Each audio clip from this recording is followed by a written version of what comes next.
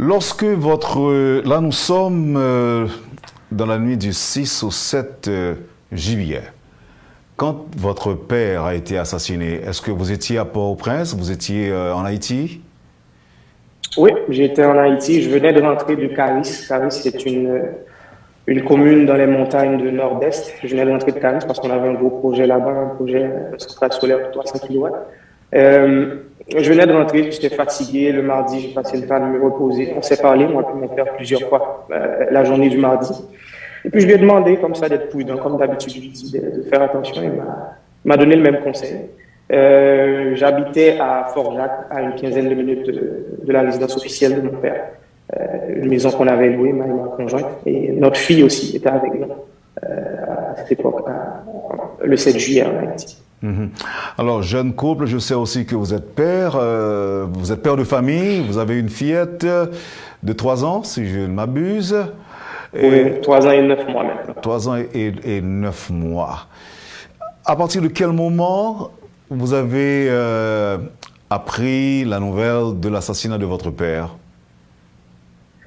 Mais de très tôt, j'étais déjà en contact avec les membres de la famille et on va dire, les principaux responsables du palais national, de la sécurité présidentielle, avant même que ces gens-là, ils arrivent, soi-disant mercenaires, qu'ils arrivent à rentrer dans la résidence. J'étais en contact avec ma sœur surtout.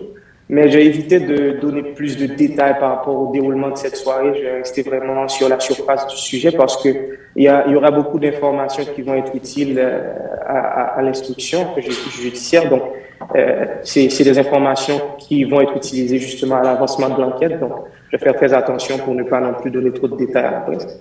Mais ce soir-là, moi, j'ai dû laisser ma maison, bien entendu, avec ma conjointe et ma petite fille.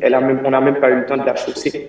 Et voilà, c'était impossible. J'ai essayé d'envoyer des agents de sécurité au début pour voir si moi je pourrais passer pour me rendre à la résidence de mon père. C'était impossible pour les agents de sécurité, donc pour moi aussi. Et je me suis conduit directement chez un ami en cas d'urgence, j'avais un plan. Et pour ensuite apprendre, pendant que j'étais chez cet ami, de ma belle-mère que mon père justement s'était assassiné. Et voilà, ensuite je me suis dit, bon écoute, il va falloir que je bouge si je veux garder ma famille en vie. Je suis resté très près aussi au téléphone de mon frère et ma soeur pour pouvoir avoir des nouvelles à chaque 5-10 minutes de comment ça avance et surtout la situation de ma belle-mère qui était blessée aussi. Et en chemin justement pour me rendre à l'ambassade américaine, on s'est fait pris à une embuscade, ils ont tiré sur ma voiture. J'en ai pas vraiment parlé à la presse. Mais c'est juste pour dire que ça a été très, très dur, très stressant et choquant, cette fameuse nuit du 6 au 7 juillet 2021. Vous avez dit qu'on a tiré sur votre voiture? Oui, effectivement, avec ma fille à l'intérieur, et ma femme aussi, et quelques dames de service que je ne voulais pas laisser derrière moi, toute seule à la maison. Là, vous parlez pour vous répéter, de soi-disant mercenaires qui ont fait ça ou d'autres personnes? Non, on n'a pas pu identifier les gens. On était en route pour l'ambassade américaine. Donc, moi, je suivais le chef de mon équipe de sécurité. On n'a pas pu identifier les gens. On a fait des manœuvres de panique pour justement sortir de l'embuscade. On a réussi à le faire. Et voilà, c'est une histoire. En prenant le chemin de l'ambassade, est-ce que ça veut dire que que votre vie, en fait, que vous avez l'impression que votre vie était menacée? Bah, c'était pas une impression, c'était une réalité. Donc, je me rappelle la première fois ce que ma belle-mère m'a dit quand je l'ai eu au téléphone, parce que j'ai essayé d'appeler tout le monde, surtout mon père, ma belle-mère, à mettre à maintes reprises. Et elle m'a dit, laisse la tuer. Et mais j'étais déjà parti aussi. Donc, c'est juste pour dire, on savait pas encore l'ampleur de la situation. On savait pas encore qui était derrière, qui était en train d'organiser ce qui se passait. Est-ce que c'était seulement mon père qui était visé ou toute la famille? Donc, il fallait prendre des dispositions, il fallait réfléchir rapidement et aussi agir rapidement. Mais vous avez confirmé l'information à quelle heure? 1 heure, 2 heures, 3 heures? Est-ce que votre père n'a pas réussi à vous parler? Puisque j'ai appris qu'il a pu appeler plusieurs autres personnes. Oui, dans la famille, j'imagine à l'instant, dans la maison où ça se passait, tout le monde essayait d'appeler tout le monde. J'ai pas pu parler à mon père malheureusement avant sa mort. J'aurais vraiment aimé. Mais lui, il était concentré sur le fait aussi d'avertir, j'imagine, les équipes de sécurité, la police nationale, l'armée d'Haïti, et pour se faire protéger, mais aussi faire protéger sa famille, y compris moi. Mais je ne me rappelle pas l'heure exacte que j'ai eu la confirmation de ma belle-mère que mon père est assassiné. Mais voilà, ça a été un choc, comme je vous l'ai dit. Je me rappelle, j'ai demandé à ma belle-mère et mon père comment il va. Je lui ai dit, ça va pas. Et puis, pour me confirmer qu'il est très blessé, je comprends ce que je lui dis. Voilà. Et il fallait justement garder la tête froide, ne pas l'annoncer à ma conjointe pour rester concentré aussi.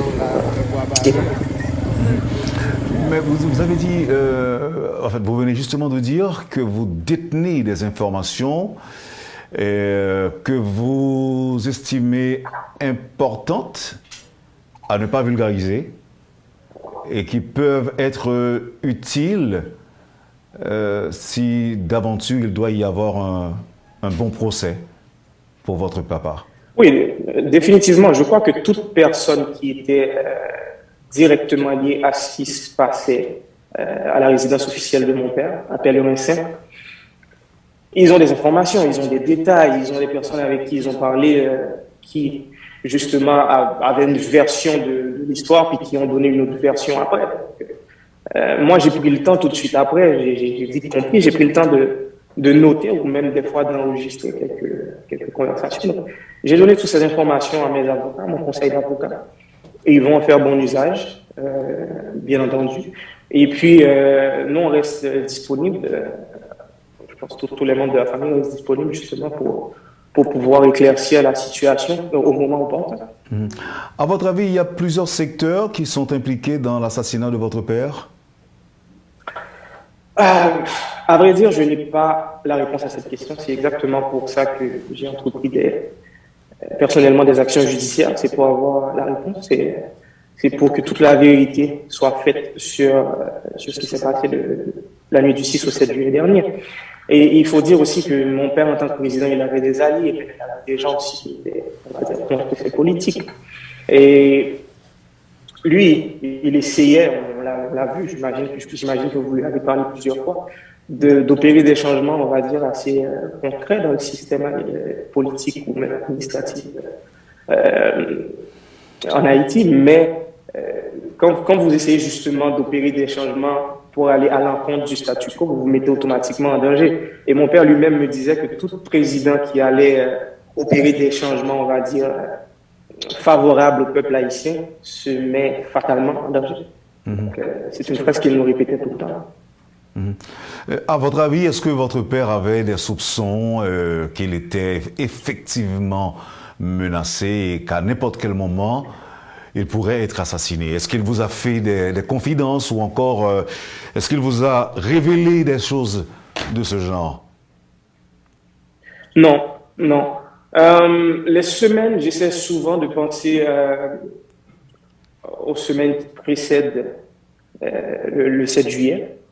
Il était vraiment très normal, mais on avait souvent l'impression justement qu'il travaillait sur de très gros dossiers, de très grands dossiers qui pourraient vraiment, on va dire, fâcher quelques personnes puissantes, quelques personnalités puissantes.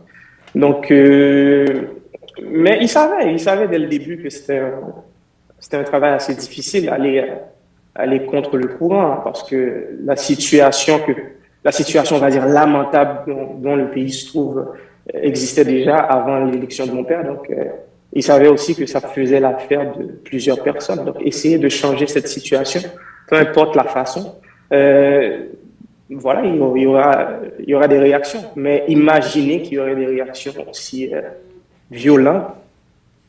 Moi, personnellement, je ne l'avais jamais imaginé. Là, mais vous dites qu'il travaillait sur certains dossiers qui pourraient nuire à des secteurs. À votre avis, c'était quel genre de dossier? Bon, écoute, on peut regarder les réformes que mon père il préconisait depuis le début de son mandat. Une nouvelle constitution, l'électrification, les infrastructures, Donc, c'est les bases même d'une société, je dirais. Ça n'a rien à voir avec du luxe. C'est les bases du progrès, c'est les bases du développement. Ce sont les bases du développement. Donc, voilà, c'était ces réformes. Mais l'acte même qui s'est passé, ce qui s'est passé le 17 juillet dernier, je déteste dire assassinat de mon père, parce que pour moi, des fois, c'est même pas vrai. Mais cet acte odieux nous porte clairement à penser qu'il était justement en train d'opérer des changements, on va dire, sérieux dans le système. Il était, on va dire, détenteur d'une vérité, d'une grande vérité, au point de mettre en colère les oligarques haïtiens avec leurs alliés nationaux et internationaux. Et moi, je me dis toujours, il devrait être vraiment désespéré pour avoir recours à une violence aussi féroce. Comment étaient les rapports entre vous et votre belle-mère, Madame Martine Moïse? Oh, c'est de très bon rapport. Écoutez, mon père et ma mère se sont divorcés, j'avais 3 ans et demi, je crois, à l'époque. Ma mère était de voyage et tout, pour ses études à l'époque. Donc, une grande partie de mon éducation, je l'ai reçue de ma belle-mère. Et on est très proches, hein, en tant que famille. On dîne souvent ensemble, les anniversaires sont souvent fêtés ensemble, un petit groupe.